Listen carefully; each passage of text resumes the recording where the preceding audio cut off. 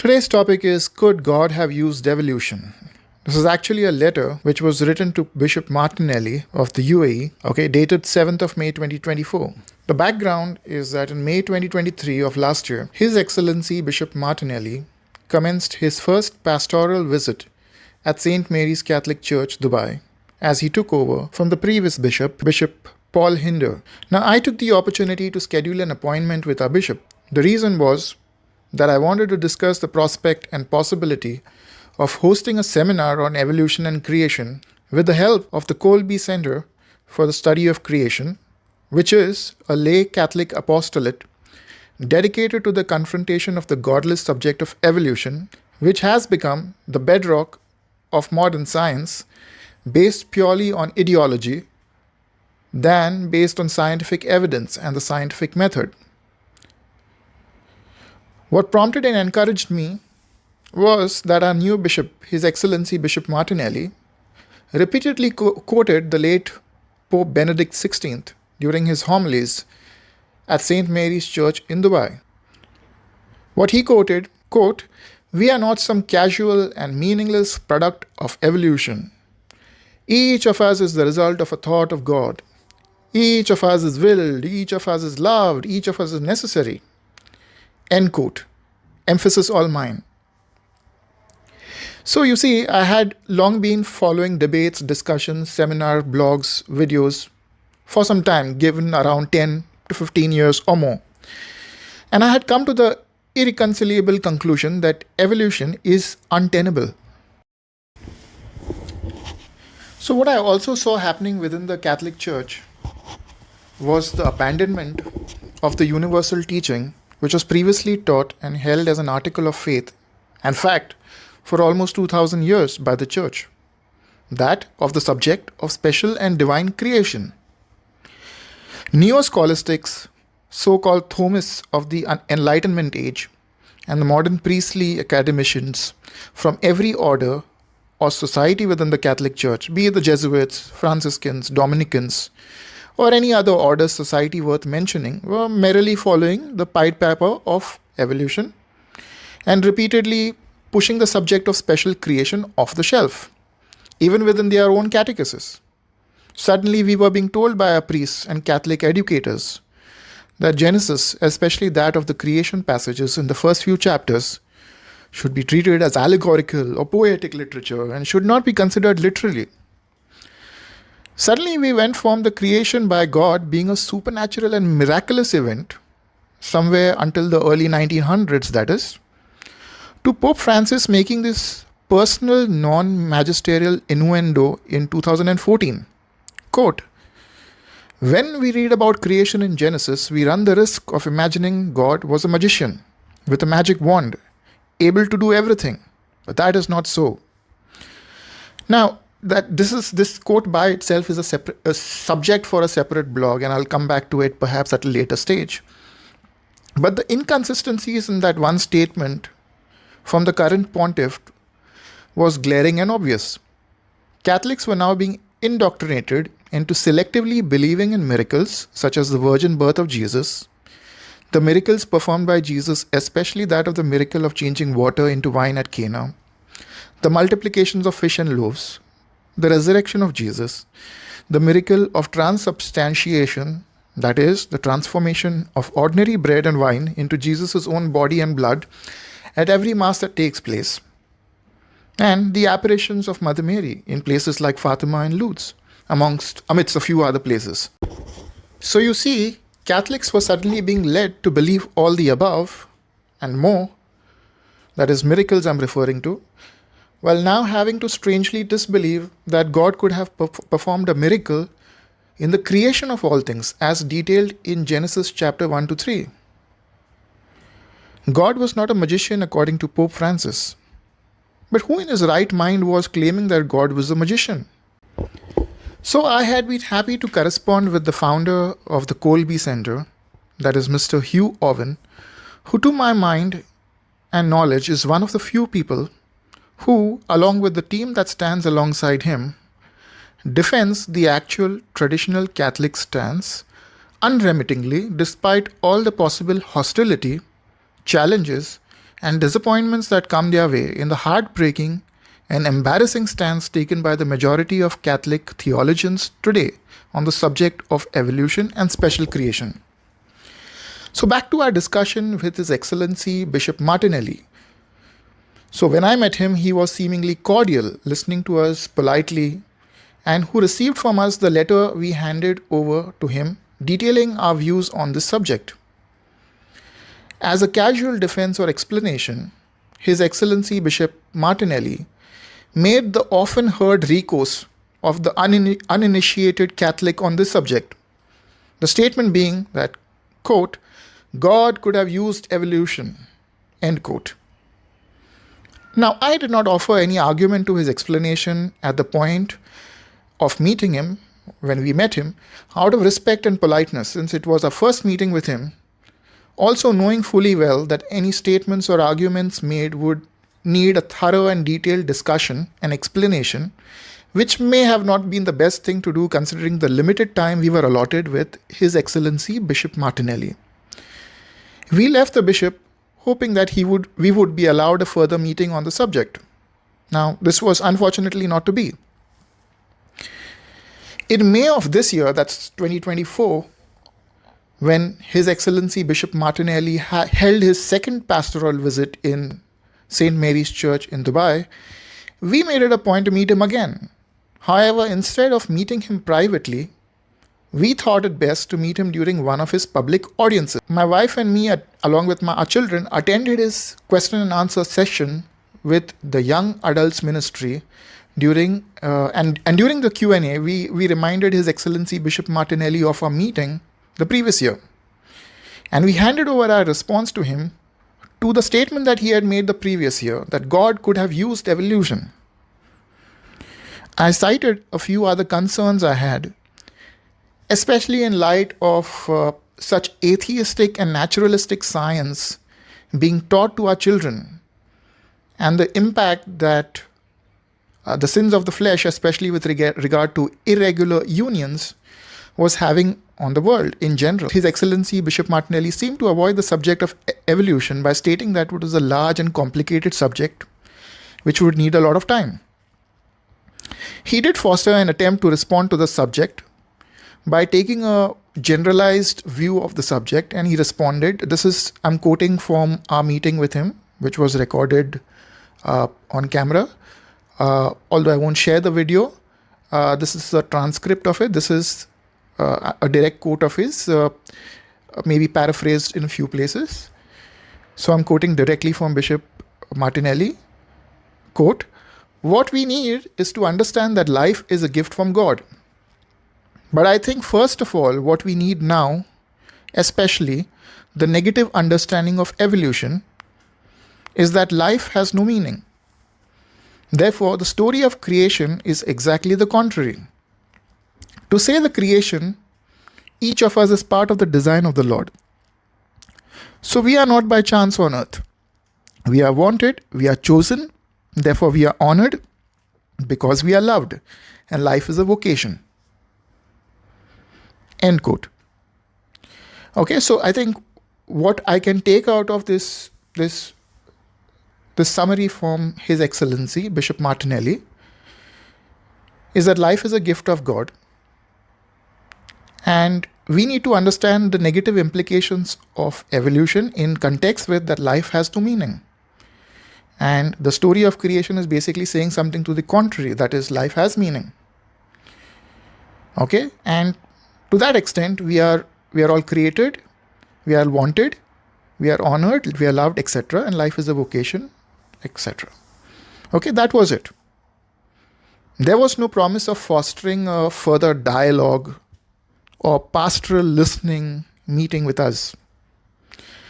I wondered to myself where all the rules and buzzwords of synodality had disappeared. His Excellency Bishop Martinelli offered me a casual wink as he left the meeting hall. I could tell by his expressions that he was not pleased at the intrusion of a 45 or to 50-year-old boomer at a young adult's Q&A.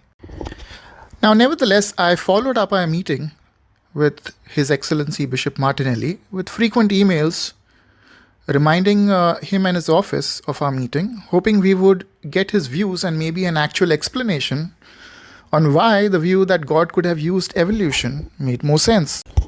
Because if you heard what I just mentioned, what Bishop Martinelli was saying on the subject, was no real explanation of what evolution was and why God could have used evolution. Okay, so in the absence of any further response, 5 months down the line since our last meeting and our first emails to His Excellency, I would like to make my response public so that Catholics who often think on the lines that God could have used evolution can read the objections from theology and science and have an informed understanding from a Catholic perspective. Now remember, what I'm trying to present in my letter and this video is a summarized objection, which is, to be very honest, a very condensed objection. Okay, if one basically goes to give a extremely detailed objection, I would highly recommend visiting the website of the Kolbe Center. Now what I'm going to do is I'm going to delve into the actual letter, which was titled, Could God Have Used Evolution?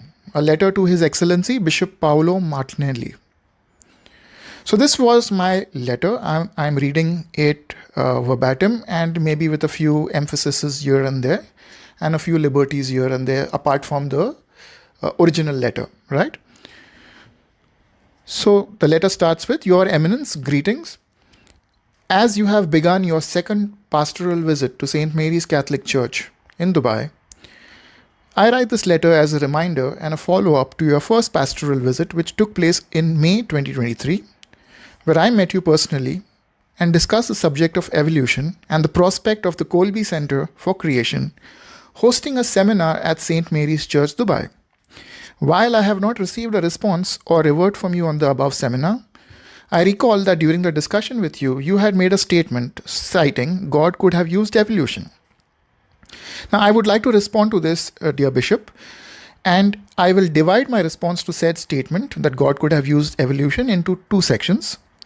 The first, I will dedicate to addressing a primary or fundamental question, which in all respects should be the forerunner, and the second section to the original question or statement, couldn't God have used evolution or could God have used evolution? So I'll try to present the information in a not so technical manner, avoiding jargon, scientific terms, as far as possible for our benefit. Okay, now to respond to your statement, this is the first section. To respond to your statement, and as part of the first section, it is all but necessary to address the following primary and fundamental question. What is evolution? The whole issue, in my humble view, pivots around this question. Evolution is a word that has different meanings, just like the word love. In the English language, this is a single word. The word love is a single word that encompasses many expressions of the interior emotion. There is God's love, paternal love, sibling love, love for family members, love for friends, romantic love between a male and female before entering into the sacrament of matrimony, and love between married spouses, male and female especially, who have partaken of this sacrament of matrimony.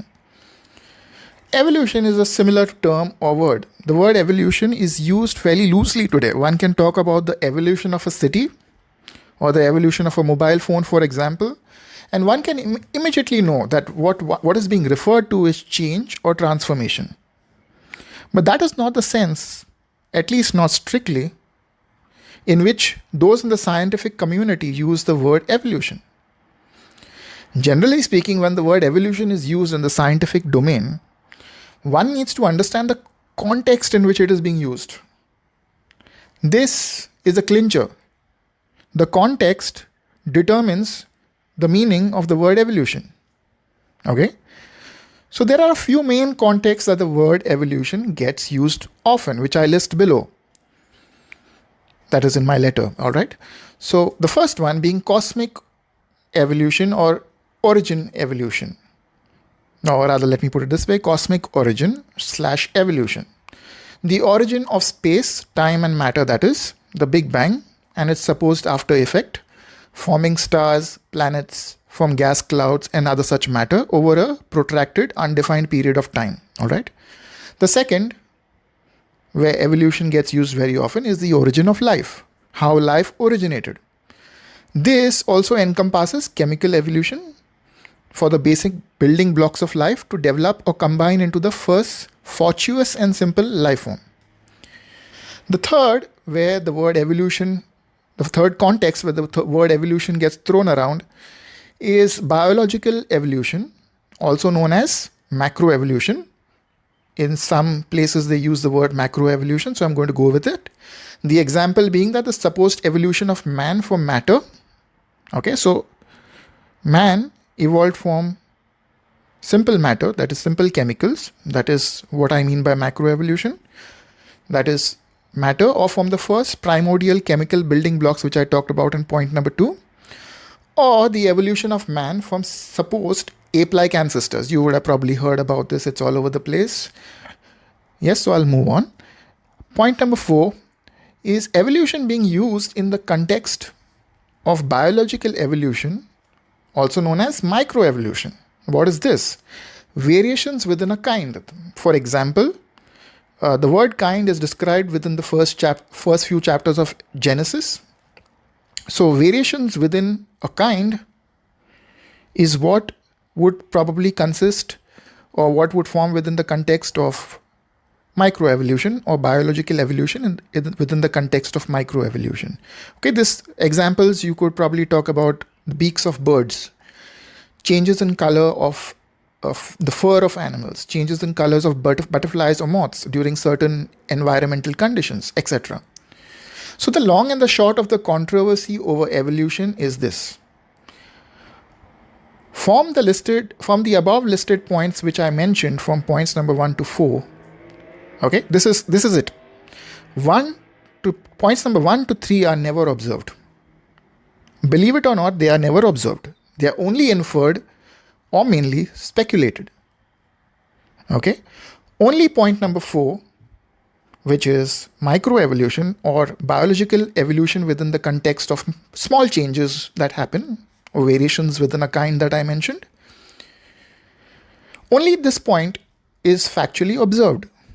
Now, since the word evolution encompasses all the above 4 broad subjects, it is easy for a Christian or Catholic to be confused why evolution is such a scientific hurdle.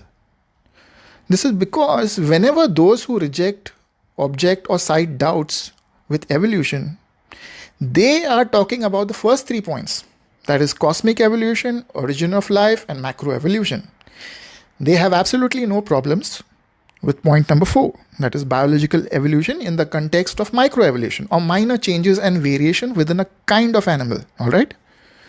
They agree that this happens and is real. However, they will insist that these changes have limits. For example, a dog will remain a dog regardless of the breed, the species of the dog, etc. Whether it is a Great Dane or a Chihuahua. Okay, they also accept that a dog, a fox, a coyote, a wild dog, and the likes may have had a common ancestor. A dog, which may have likely to have been a wolf or a wolf-like creature. The crucial distinction lies in the organism's ability to mate and reproduce. If they are able to mate and reproduce, they are the same kind or type of organism, generally speaking. Okay, whereas those who unreservedly approve of evolution, usually, barring a few exceptions, will see no distinctions between the 4 points that I mentioned. So it is important to understand the above distinctions before we proceed to the next section. Let's move on to the second section. Okay, allow me to proceed to your, I'm reading from the letter again. Allow me to proceed to your statement that God could have used evolution. This statement sometimes is presented as a rhetorical question, such as, couldn't God have used evolution? And it indicates a possibility that evolution is a means of creation that God may or could have used. Now, this statement has long been used by a section of Christians and Catholics alike, especially those who are in favor and support of evolution as a subject, and those, the general janta, who don't know any better. I used to be in this category earlier. I didn't know any better. The reasons are varied that somebody could back this proposition that couldn't God have used evolution. Now, some, like the distinguished Christian scientist Francis Collins, who has written many books on the reasons of God's existence, which are identifiable through science, or the famous or infamous Catholic biologist Ken Miller, who has contributed to many textbooks for schools and universities, and who is a vehement defender of evolution. Now, they seem to have an academic conviction on the subject. They seem to earnestly and sincerely believe that evolution is a fact of life. They seem to earnestly and sincerely also believe in the existence of God, and that perhaps God could have used evolution as a creative process for all creation. Or that evolution kicked in as a process only after God had created the initial first semblance of life, whatever that initial first semblance of life may likely to be or have been.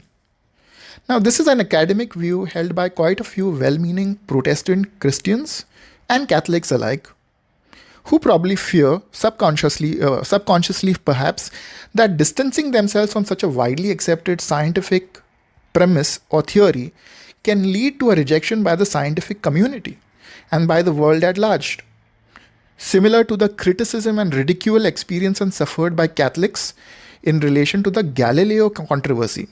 Side note, okay, this was in spite of the fact that the head of the Pontifical Committee for the Historical Sciences from 1998 to 2009, that's Cardinal Walter Brandmüller, after a thorough review of the history of the Galileo controversy, concluded, quote, "The most recent scientific findings vindicate the Church of 1633. I'm quoting Father Walter Brandmüller from Light and Shadows, Church History Amid Fact, Faith and Legend, Ignatius Press. End quote. So this is a separate subject by itself, the Galileo controversy.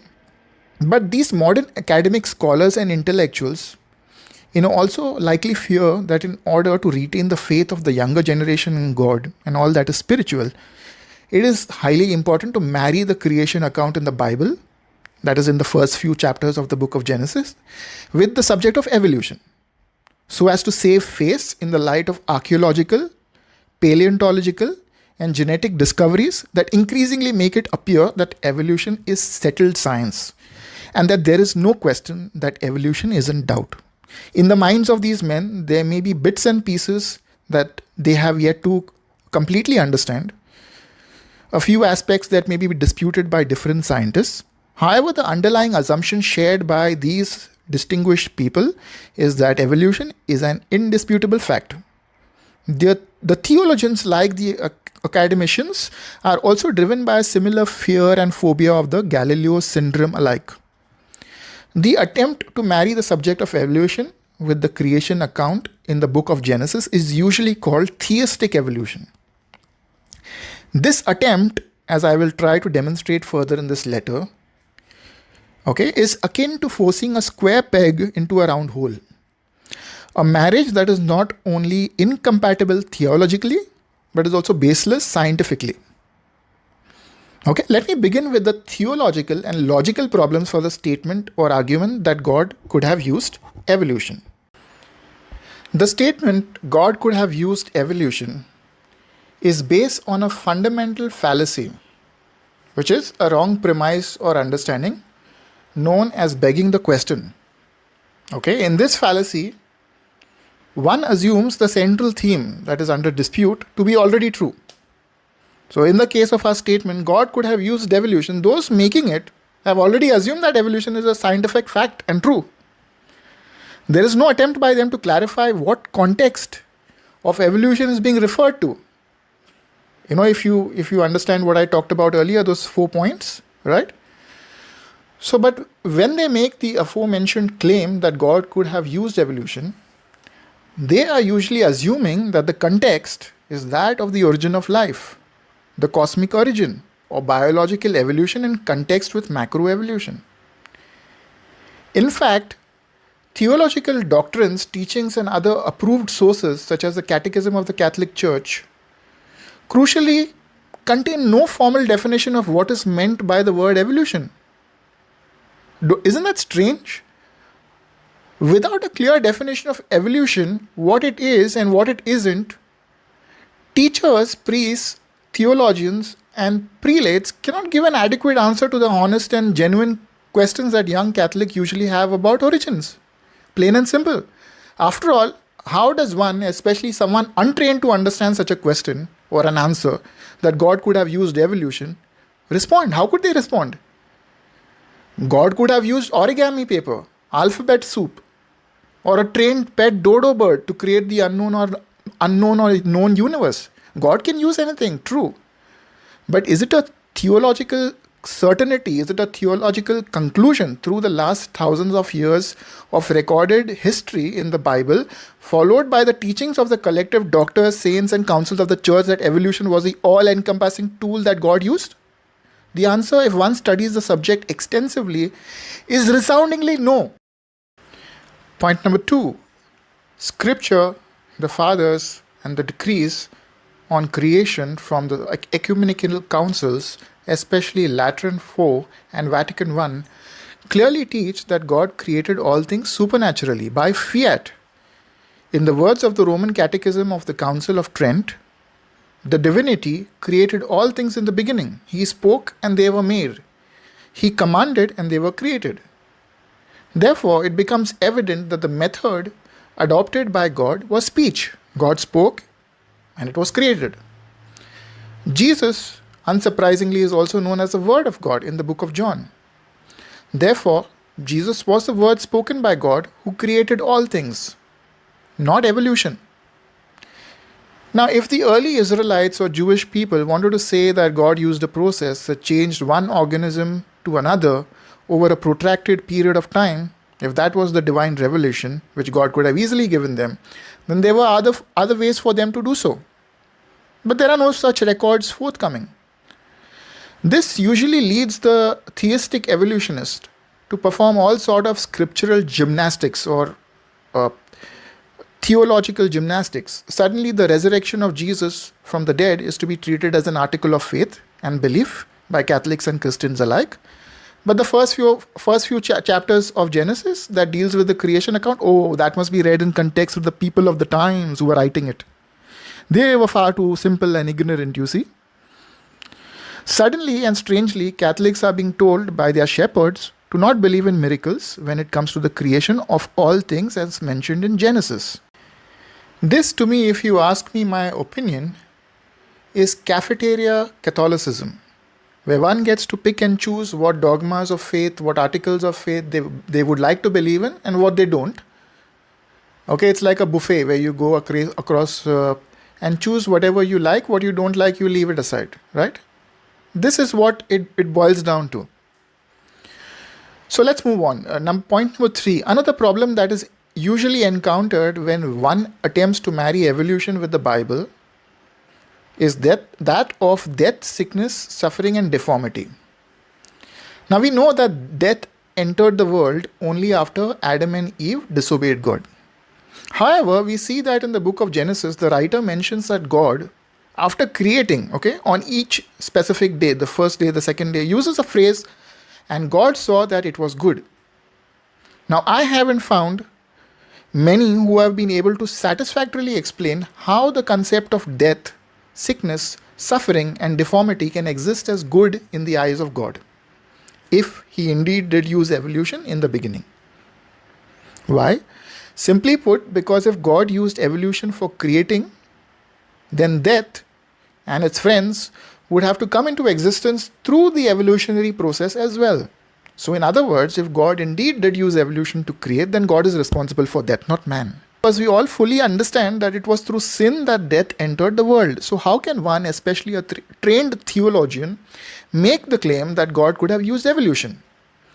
Now, a few ingenious theologians could object to this line of reasoning and make the same statement I made earlier with a minor caveat.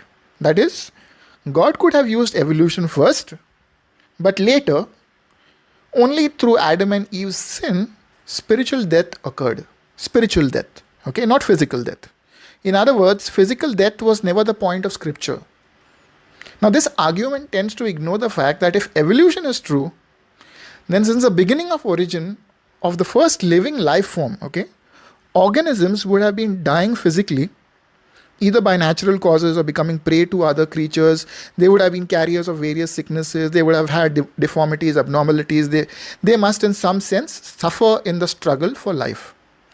All this would have been happening long before humankind appeared, and by direct corollary, before sin entered.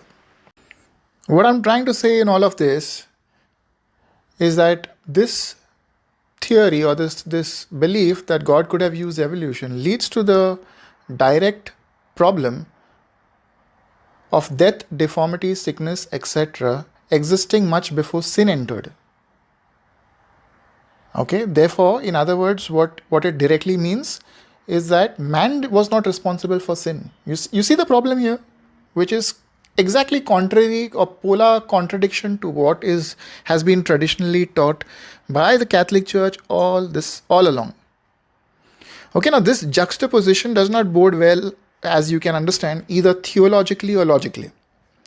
When thought through, no relevant explanation can be found for what God meant by good if the concepts of death, sickness, suffering, and deformity were introduced into the world by the Creator from the beginning. Right? So also one needs to understand that the changes cited as evidence for biological evolution, like variation of beak sizes in Darwin's finches, are almost always the result of a loss of functional genetic information, okay, or ontropy, which is the term used for it. Now, this is caused mostly by a mutative process due to mutations, which is, for example, you could take cancer, which is a result of mutations. Now, this in stark contrast to every Marvel theme comic book or movie ever made is detrimental. That is, net, it's not beneficial to an organism, but detrimental. It's harmful to an organism over a protracted period of time. This is a recorded scientific fact and there's no getting around it. Now, that a good God would call such a degenerative process as good, that is mutations. Imagine God using mutations to sustain an organism, and mutation by itself is degenerative. As an example, cancer. That a good God would call such a degenerative process as good is contrary to all that is revealed about him and his nature. Okay, point number 4. Let's move on. Another veiled attempt at marrying evolution with Genesis began ironically with Pope Pius XII, who was a staunch defender of the faith, who again, perhaps as a result of the Galileo syndrome, you can say, allowed for a bit of tinkering and creative interpretation, you can say, in his encyclical Humani Generis, which is a very pivotal encyclical when it comes to evolution. And I think people interested in this subject, especially Catholics, ought to read this particular encyclical. Okay, now in this particular encyclical by Pope Pius XII, which while deriding false science all throughout the encyclical, suddenly allowed for an ambiguous and a rather novel interpretation of the creation of Adam and Eve in paragraph 36, such as never been interpreted or produced in previous writings of councils and church fathers, in my humble opinion. Please note the specific passage from Humani Generis, which I will quoting, with regard to the doctrine of evolution, in as far as it inquires into the origin of the human body as coming from pre-existing and living matter, for the Catholic faith obliges us to hold that souls are immediately created by God. End quote. Okay, so what Pope Pius XII was essentially saying here is that inquiries into the origin of the human body as coming from pre-existent and living matter. Okay, so in other words, evolution. Okay, the doctrine of evolution should not be stopped. You should be allowed, or the people should be allowed to hold inquiries into the doctrine of evolution, okay, into the origins of the human body. But he goes on to make the distinction that the Catholic faith obliges us to hold that the souls are immediately created by God. Why exactly was the body not created by God? Now, I'm not sure what prompted Pope Pius XII to permit discussions of the possible evolution of the human body in a document that was fairly straightforward in teaching, among other things, that all of Genesis is true history and the Bible is inerrant in all that it teaches, whether in regard to faith, morals, history, natural science, or anything else. As I trust you will agree, Your Excellency, there was no apostolic or conciliar precedent for such an arbitrary pronouncement that only the soul was created by God and not the body. In fact, the popes, councils, and saints had taught the exact opposite. Let me just quote a few references here. The first, from the Fourth Lateran Council of 1215, from the Confessions of Faith, which cites that God is the creator of all things invisible and visible, spiritual and corporeal, who by his almighty power at the beginning of time created from nothing both spiritual and corporeal creatures, that is to say, angelic and earthly, and then created human beings composed as it were of spirit and body in common. Another quote, okay, this one is from Saint Ignatius of Antioch. For the body of Adam was made out of the four elements. The body was made out of the four elements, and that of Eve out of the side of Adam. Okay, body being made.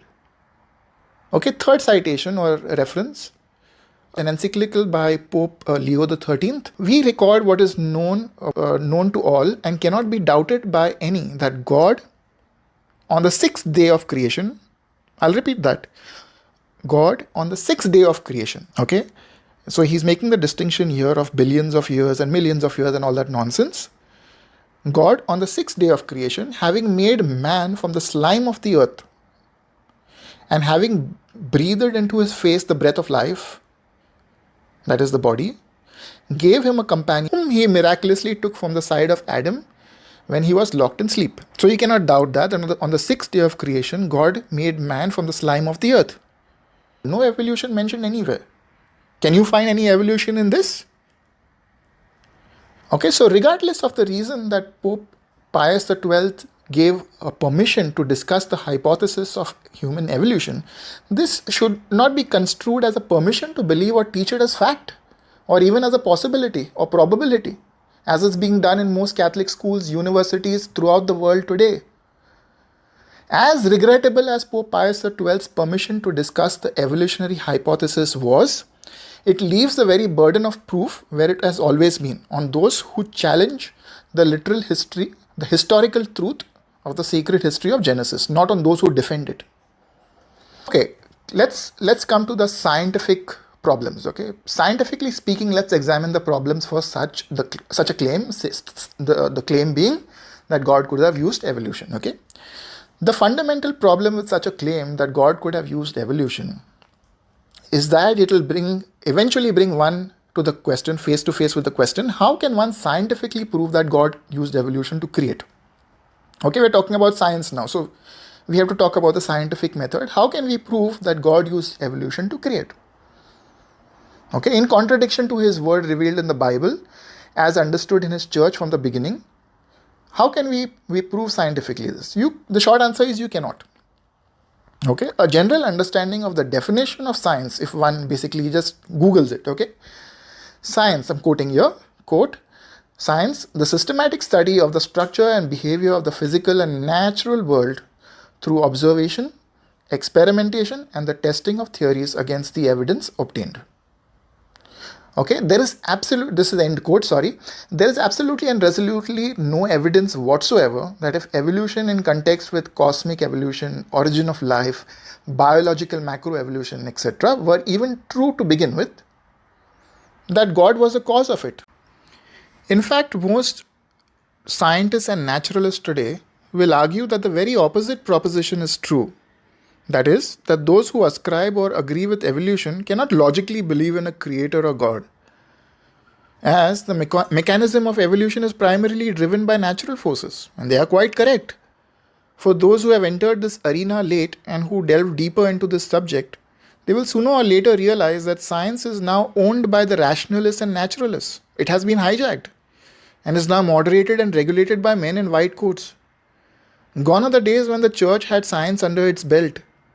Science, if one studies the definition I mentioned earlier, is a study of the natural world. As you can see, the owners of science have reduced the definition of science purely to the natural world. Why? Because they do not want a divine foot in the door. As a now departed naturalist had succinctly argued, materialism is absolute. This is a quote I'm quoting from a gentleman, a scientist by the name of Richard Levinton. He mentioned, or he cited, materialism is absolute, for we cannot allow a divine foot in the door. I'll read that again. Materialism or naturalism is absolute, for we cannot allow a divine foot in the door. Do you get that? No supernatural explanations are allowed today or tolerated in the scientific arena today. I mean this quite literally. Scientists who have suddenly, probably had a spiritual or divine experience involving them changing their lives radically, who have begun believing in or dare to promote the God of the Bible as a creative entity rather than the natural forces that conjure evolution. These people are thrown out, they are ostracized, they are alienated, they are defunded, they are ridiculed, they are slandered, they are maligned and labeled as creationists, implying that they are academic pariahs in the scientific community. So speaking from a neutral perspective, how does one test or demonstrate such a claim that a God used evolution? Simply put, no one can. There is no method that such a claim can be tested, let alone observed. Therefore, God using evolution does not become a scientific proposition, it becomes a faith position. Number 2, naturalists regard the origin of life as a distinct subject by itself, separate from evolution. Okay, they see the origin of life as separate, that life somehow got started. Okay, which if you or anyone for that matter were to score the internet for the good part of their life on this subject in an unbiased manner, they will come to the realization that this is true. No one, I repeat, literally no one understands how life got started. There are theories and hypotheses, mind you, ranging from plausible sounding experiments like the 1952 Miller-Urey experiment that usually gets shoved down the throats of students in schools all the time, to the more ludicrous that life originated thanks to seeds sprinkled in the universe by aliens, a dream that the great Francis Crick had, better known as panspermia. These are all alternatives proposed purely as natural explanations because, as mentioned earlier, they do not want a divine foot in the door. No matter how implausible and unscientific the theories they propose that eventually are. So the notion is that life got started somehow, and then evolution took over from the simplistic form of life that then existed, flourishing into all the diverse life forms in flora and fauna that we see today. The problem is that even if one separates the origin of life and the subject of evolution, there are no mechanisms that will allow organisms to make evolutionary jumps or transitions. The evolutionists will appeal to mechanisms such as natural selection, mutations, or invisible and non-existent processes such as punctuated equilibrium as the primary mechanisms for such transitions and jumps. However, this can be demonstrated and scientifically observed for the point number 4, which is microevolution, as I mentioned earlier, and not points number 1, 2, and 3, which I mentioned in the same section. Evolutionists will also appeal to lots of time in terms of indefinite and protracted periods, which get sprinkled around today in pop literature and media like fairy tale magic words, billions and millions of years ago, okay? And to no avail, because ultimately the more one appeals to more time to defend evolution, the more speculative and unobservable the process becomes, reducing it to, pseudoscience and religion. Okay, moreover, in reality, time is not the not the friend of the evolutionist, you can say, but is the enemy. Okay, because the trend in the biosphere is one of genetic entropy or gradual loss of genetic information over time, just as a trend in the material universe is from order to disorder, in keeping with the second law of thermodynamics. So no matter how strong a person's emotional commitment to a belief in molecules to man evolution or chemicals to man evolution may be, the reality is that in the words of a Nobel Prize-winning biochemist, Sir Ernst Chain, evolution is, quote, an hypothesis without evidence and against the facts, end quote. And one that rests entirely on a dogmatic commitment to naturalism on the part of the people who want to provide a naturalistic explanation for everything so as to avoid having to face the reality of a creator to whom his creatures become morally accountable. Now, having said the above, why on earth would Catholic theologians and academics want to have anything to do with this hocus pocus called evolution?